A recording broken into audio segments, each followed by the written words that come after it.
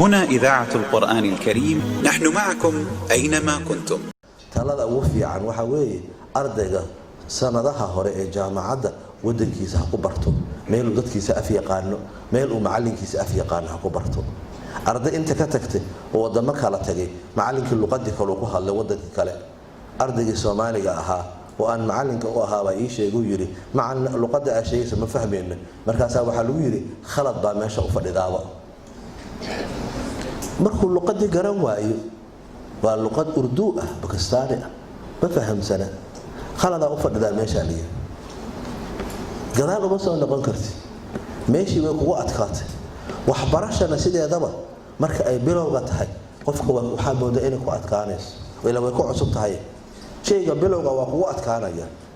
jaamacadaha bilaha hore iyo asbuucyada hore iyo bii hore way adkaanaysaa waxbarasho waxaad galaysaa la dhaho walac waxbarasho waad walacaysaa xilliga aad walac waxbarashada ku jirto sabar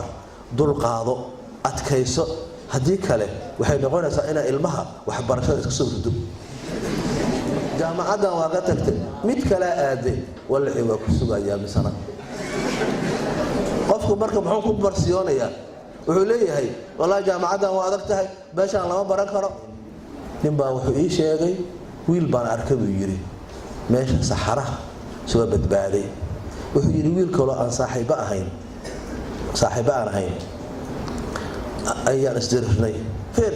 maxaan isku dirnay kaadi meel aan dhigto qaboojisanayay buu iga cabay waxa ii sheegay ninkii u sheegay kaadi meel aan dhigtay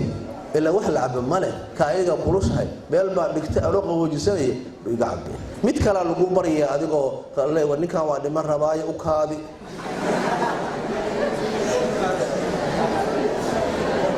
gabadha waxay ku badbaaday walaalkeed waa dhintay kaayadeedii tii walaalkeedii cabtay waa soo baxsatay fakatay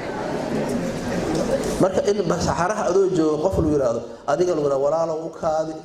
adiga lagu yiraahdo u kaadi inta marka joogtay u kaadi xaqana u kaadi miya